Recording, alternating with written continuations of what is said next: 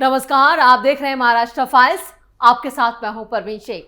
आपको बताएंगे क्यों खेसारी लाल के बंगले पर चल रहा है बुलडोजर, क्यों उद्धव राज के बीच आई कांग्रेस, बीजेपी के मेयर वाले बयान से क्यों बौखलाए उद्धव के नेता, कैसे उद्धव को लग रहे हैं झटके पर झटके, राहुल गांधी पर क्या बोले देवेंद्र फडणवीस। इसके अलावा जानेंगे कौन किसे दे रहा है चुनौती, कौन किसकी बढ़ा रहा है टेंशन। साथ ही आपको इन सभी खबरों से कराएंगे रूबरू। लेकिन तमाम बड़ी खबरों में आगे बढ़ने से पहले एक नजर डालते हैं महाराष्ट्र की टॉप हेडलाइन। खेसारी लाल यादव के मुंबई वाले बंगले पर चलेगा बुलडोजर, बिहार चुनाव के बीच मुश्किल में आरजेडी नेता। सीएम देवेंद्र फडणवीस का राहुल गांधी पर वार, बोले हाइड्रोजन बम निकला छोटा लंबी फटाका। महाराष्ट्र में चुनाव से पहले सियासी उथल पुथल, उद्धव राज के बीच में आई कांग्रेस, महाराष्ट्र में टूटा विपक्षी गठबंधन। एकनाथ शिंदे ने फूका चुनावी बुगुल, बोले कोल्हापुर शिवसेना का गढ़, इस बार भी भगवा लहराना तय। मुंबई में मराठी हिंदू ही बनेगा मेयर, बीजेपी मेयर वाले बयान पर उद्धव के नेता का पलटवार, बोले आगरा के पागल खाने भेजो। खबरों में सबसे पहले बात बुलडोजर एक्शन की। बिहार विधानसभा चुनाव के बीच भोजपुरी सुपरस्टार और आरजेडी के उम्मीदवार खेसारी लाल यादव एक नए विवाद में फंस चुके हैं। मीरा भाईदर महानगर पालिका ने मुंबई के मीरा रोड पर उनके बंगले में अवैध निर्माण को लेकर नोटिस जारी किया। नगर पालिका ने नोटिस में यह कहा है कि खेसारी लाल यादव के बंगले के बाहर लगाए गए लोहे के एंगल और शेड को फौरन हटाया जाए, नहीं तो अतिक्रमण विभाग की तरफ से बलपूर्वक कार्रवाई की जाएगी। नोटिस में यह भी साफ किया गया है कि अगर गैर कानूनी निर्माण नहीं हटाया गया तो उसे बुलडोजर से ध्वस्त किया जाएगा और कार्रवाई का खर्च भी संपत्ति यानी बंगले के मालिक खेसारी लाल से वसूला जाएगा। यानी बुलडोजर तैयार हो चुका है, कभी भी आरजेडी नेता के घर पर बुलडोजर चल सकता है। मनपा के नोटिस में मीरा रोड के पुराने पेट्रोल पंप के सामने कनासिक काउंटिंग नताशा पार्क के पीछे बने रो हाउस 1 और 2 में बिना इजाजत के बेसमेंट, पहली और दूसरी मंजिल पर लोहे के एंगल और टीन की चादरों से शेड तैयार किए गए हैं। साथ ही नक्शे में बदलाव करते हुए गैर कानूनी रूप से अनधिकृत निर्माण किया गया है। नगर पालिका के अतिक्रमण विभाग ने हाल ही में इस पूरे इलाके का सर्च अभियान चलाया था, जिसके दौरान ये मामला सामने आया था। ये भी बताया जा रहा है कि नोटिस जारी होने के बाद खेसारी लाल यादव और उनका पूरा परिवार बिहार में चुनाव प्रचार कर रहा था, जिसकी वजह से बंगले पर कोई मौजूद नहीं था। विपक्ष इस कार्रवाई की टाइमिंग को लेकर सवाल उठा रहा है, क्योंकि बिहार में खेसारी लाल यादव इस वक्त छपरा सीट से चुनावी मैदान में है और स्थानीय लोगों का कहना है कि बंगले का निर्माण कई साल पहले हुआ था, तो मनपा को अब इसकी याद क्यों आई। साथ ही उसी सोसाइटी में कई दूसरे बंगलों में भी ऐसे ही निर्माण हुए हैं, लेकिन नोटिस सिर्फ खेसारी लाल यादव को जारी किया गया है। राजनीतिक हलकों में यह मामला चर्चा का विषय बन गया है। समर्थकों का मानना है कि चुनाव के बीच ये नोटिस एक राजनीतिक दबाव का हिस्सा हो सकता है, जबकि मनपा अधिकारियों का साफ कहना है कि एक्शन पूरी तरह नियमों के तहत किया जा रहा है, इसमें कोई भी सियासी यानी राजनीतिक दबाव नहीं है, लेकिन इसे राजनीतिक रंग देने की कोशिश जरूर की जा रही है। लेकिन फिलहाल देवेंद्र फडणवीस के जो बुलडोजर हैं वो तैयार हो गए हैं। अगर खेसारी लाल खुद आकर इस अतिक्रमण को नहीं हटाते हैं तो बुलडोजर की कार्रवाई जारी रहेगी। खबरों में आगे बढ़ते हैं। सीएम देवेंद्र फडणवीस ने राहुल गांधी पर बड़ा वार किया है। नागपुर में फडणवीस ने तंज कसते हुए कहा, राहुल गांधी ने हाइड्रोजन बम के नाम पर जो बम फोड़ा वो बम था ही नहीं, ना उसमें आवाज थी ना उसमें ऊर्जा थी, ये तो छोटा लंबी फटाका था। फडणवीस ने आगे कहा कि राहुल गांधी अब एक ऐसा एजेंडा चला रहे हैं जो देश के लोकतंत्र को कमजोर करने की कोशिश है। उन्होंने आगे कहा, मुझे ऐसा लगता है कि अब राहुल गांधी एक ऐसा एजेंडा चला रहे हैं जो एजेंडा इस देश में लोकतंत्र ठीक से नहीं चलना चाहिए इस पर है।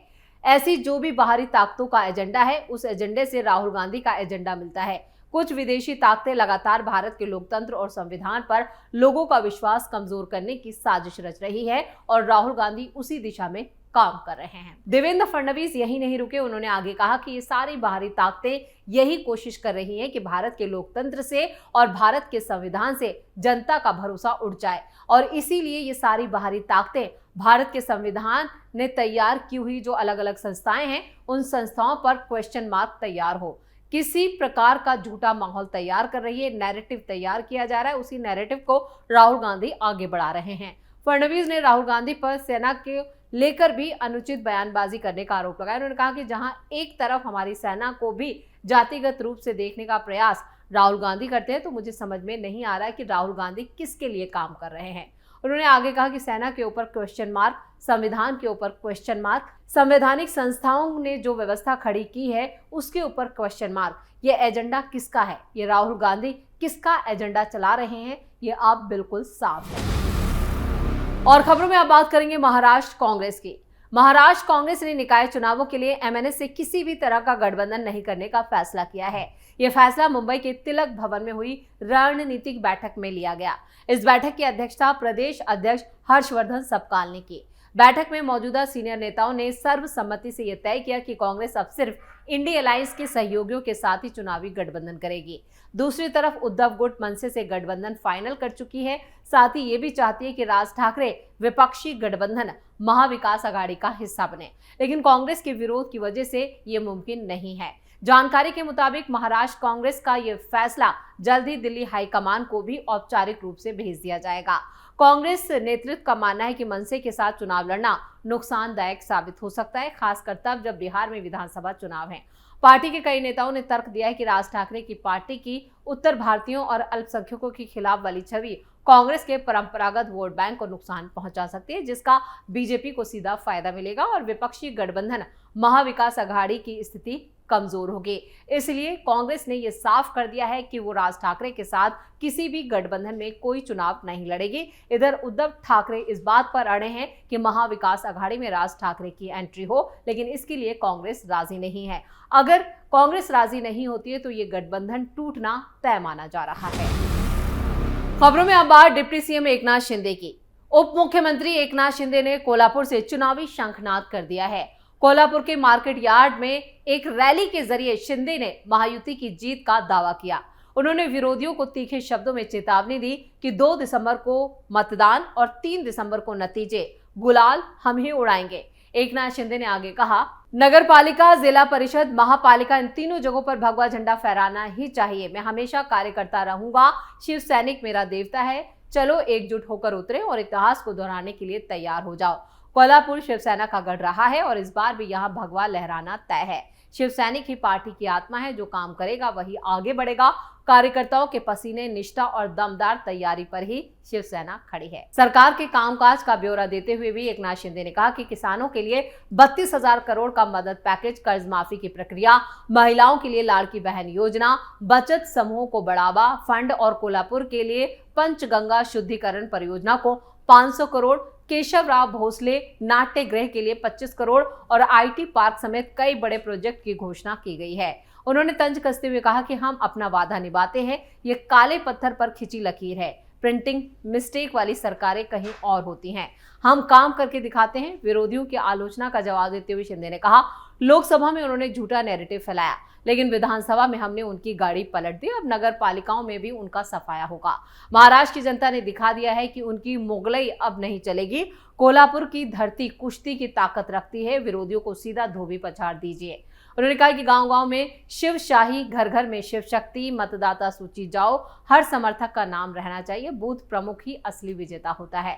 चुनाव में ही नहीं, संकट के वक्त भी कार्यकर्ताओं के साथ खड़े रहें। सत्ता आती जाती रहती है, लेकिन नाम और मान चला गया तो वापस नहीं आता। एकनाथ शिंदे ने कहा कि शिवसेना कोई पार्टी नहीं बल्कि परिवार है। हम लोगों को प्रेम देते हैं और रोज सैकड़ों लोग पार्टी में शामिल हो रहे हैं। 102 समूह प्रवेश की प्रतीक्षा में हैं। शिवसेना पर लोगों का विश्वास लगातार बढ़ रहा है। विरोधियों की जमानत जब्त हुए बिना नहीं रहेगी। 3 दिसंबर को महाराष्ट्र में दिवाली से भी बड़े पटाखे फूटेंगे। और इन शब्दों के साथ डिप्टी सीएम एकनाथ शिंदे ने महायुति की भव्य जीत की हुंकार भरी। और खबरों के आखिर में बात उद्धव ठाकरे की। न्यूयॉर्क के मेयर चुनाव के नतीजे का असर भारत में दिख रहा है। हाल ही में न्यूयॉर्क मेयर चुनाव के नतीजे आए। इस चुनाव में भारतीय मूल के मुस्लिम नेता जोहरान ममदानी की जीत हुई है। मुंबई मेयर चुनावों में इसकी खूब चर्चा हो रही है। उनकी जीत के बाद बीजेपी नेता अमित साटम ने कहा था कि मुंबई पर खान थोपने की कोशिश करेगा तो जागो मुंबई करो। हालांकि उनके बयान के बाद उद्धव ठाकरे की पार्टी के नेता पलटवार कर रहे हैं। उन्होंने साटम की मानसिक स्थिति खराब होने का आरोप लगाया। साथ ही कहा कि मुंबई का मेयर मराठी हिंदू ही होगा। आनंद दुबे ने कहा कि अमित साटम की मानसिक स्थिति खराब हो चुकी है। जिस दिन वो पार्टी प्रेसिडेंट बने हैं, उन्हें एहसास हो गया था कि उनका सफाया होने वाला है, इसलिए वो पहले दिन से ही मुंबई के मेयर के बारे में अजीबोगरीब बयान दे रहे हैं। आनंद दुबे ने बीजेपी पर हर वक्त हिंदू मुस्लिम करने का आरोप लगाया मुंबई का मेयर कोई मराठी हिंदू ही बनेगा। दुबे ने कहा कि मैं पूरे भरोसे के साथ कहता हूं, नगर निगम चुनाव में भगवा झंडा लहराएगा, कोई मराठी हिंदू ही यहां का मेयर बनेगा। अमित साटम पर अपने हमले को तेज करते हुए उद्धव सेना के नेता ने इस साल की शुरुआत में उत्तर प्रदेश में बड़े पैमाने पर मुस्लिम आउटरीच पहल के तहत बीजेपी के वितरित सौगाते मोदी किट को भी याद किया। आनंद दुबे ने कहा कि मैं अमित साटम से पूछना चाहता हूं, क्या पीएम मोदी सौगाते मोदी किट ममदानी पाकिस्तान या बांग्लादेश भेज रहे थे? उन्होंने अमित से पीएम को गलत साबित न करने का आग्रह किया। ज़ोहरान ममदानी के ऐतिहासिक मेयर चुनाव में जीत के साथ न्यूयॉर्क में पहले मुस्लिम मेयर बनने के कुछ घंटों बाद अमित साटम ने मुंबई में खान को थोपने की कोशिशों के खिलाफ चेतावनी दी थी। साटम ने कहा कि जिस तरह से कुछ अंतर्राष्ट्रीय शहरों का राजनीतिक रंग बदल रहा है, कुछ महापौरों के उपनाम और महाविकास अघाड़ी के वोट जिहाद को देखकर मुंबई को लेकर सतर्क रहना जरूरी लगता है। साटम ने आगे लिखा था, अगर कोई मुंबई पर खान थोपने की कोशिश करेगा तो उसे बर्दाश्त नहीं किया जाएगा। जागो मुंबई, करो जागो। अभी बीएमसी चुनाव की तारीखों का ऐलान नहीं हुआ है, लेकिन दूसरी नगर निकाय चुनावों की तारीखें सामने आ चुकी हैं। 2 दिसंबर को वोट डाले जाएंगे, जबकि 3 दिसंबर को नतीजे घोषित किए जाएंगे। लेकिन उससे पहले ही सभी राजनीतिक दल और नेताओं के बीच तीखी बयानबाजी देखने को मिल रही है। अमित साटम और उद्धव के नेताओं के बीच छिड़ी ये जुबानी जंग साफ बता रही है कि इस बार का चुनाव भी काफी रोमांचक और धमाकेदार होने वाला है।